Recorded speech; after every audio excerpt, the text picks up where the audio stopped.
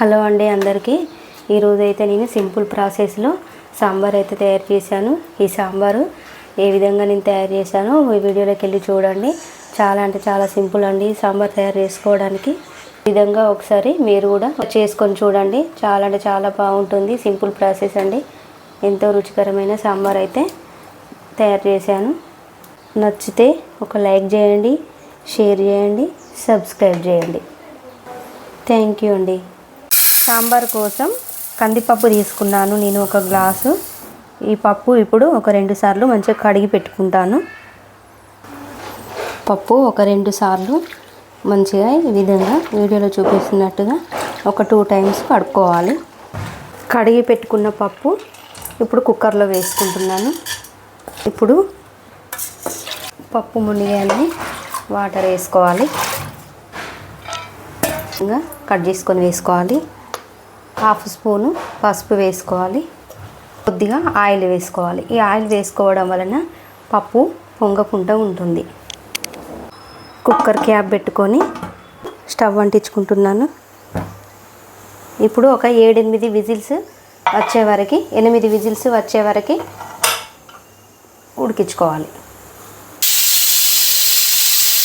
సాంబార్లోకి కావలసిన కూరగాయలు 2 వంకాయలు, బెండకాయలు, సోరకాయ, క్యారెటు, మిర్చి, టమాటో, దోసకాయ, దొండకాయలు, ములక్కాయలు. ఒక 3 ములక్కాయలు తీసుకొని పొట్టు తీసుకొని ఈ విధంగా కడిగి పెట్టుకోవాలి. ఇప్పుడు ఒక అర్ధగంట ముందే నానబెట్టుకున్న ఒక పెద్ద నిమ్మకాయ అంత చింతపండు తీసుకొని కడిగి పెట్టుకున్నాను. ఇప్పుడు కుక్కర్ విజిల్స్ పోయే వరకు ఇలా చూసుకోవాలి. చూడండి పప్పు అయితే ఈ విధంగా మెత్తగా ఉడికిపోయింది. ఆయిల్ వేసుకోవడం వలన పప్పు మెత్తగా ఉడికిపోతుంది. చూడండి ఇప్పుడు ఈ పప్పు మెత్తగా అయిపోయింది కదా. ఇప్పుడు సాంబార్ చేసుకోవడానికి ప్రిపేర్ చేసుకోవాలి.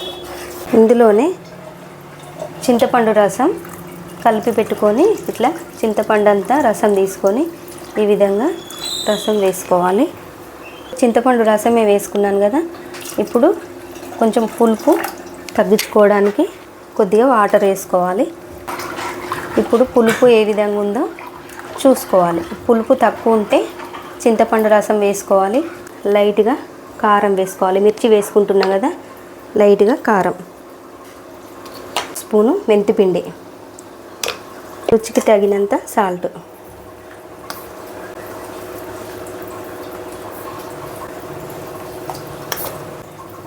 ఒకసారి కారం, మసాలా, మెంతిపిండి మంచిగా కలిసేటట్టు ఒకసారి చూసుకోవాలి.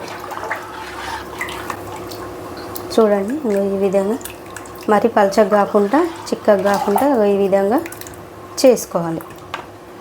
కొద్దిగా కరివేపాకు వేసుకొని మసాలా పెట్టుకోవాలి. ఒక 10 మినిట్స్ మసలాలి. ఇప్పుడు కూరగాయలు కట్ చేసి పెట్టుకున్నవి అవి పోపు చేసుకొని ఈ చారులో వేసుకోవాలి. ఈ కూరగాయలు వేపుకోవడానికి ఒక పెద్ద కడాయి పెట్టుకోవాలి. ఒక 2 పావుల నూనె వేసుకోవాలి. కూరగాయలు అన్నీ గోలాలి కదా, నూనె ఎక్కువనే పడుద్ది. మిర్చి, ఆనియన్ కట్ చేసి పెట్టుకున్నవి వేసుకోవాలి. ఒకసారి మంచిగా కలుపుకోవాలి. ఎల్లిగడ్డ ఇట్లా క్రష్ చేసుకొని వేసుకోవాలి. ఆయిల్లో 1 స్పూను జీలకర్ర వేసుకోవాలి.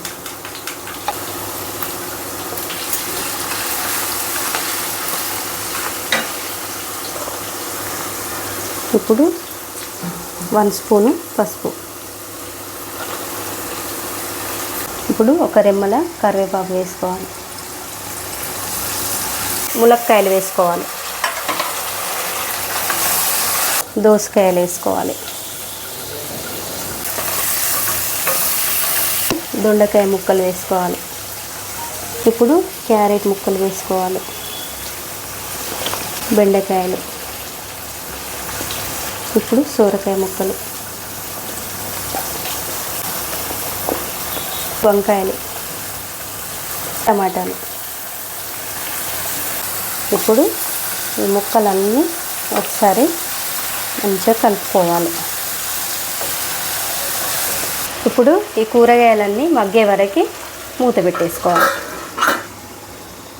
ఇప్పుడు ఒకసారి మధ్య మధ్యలో మూత తీసి చూసుకోవాలి, అడుగంటకుండా.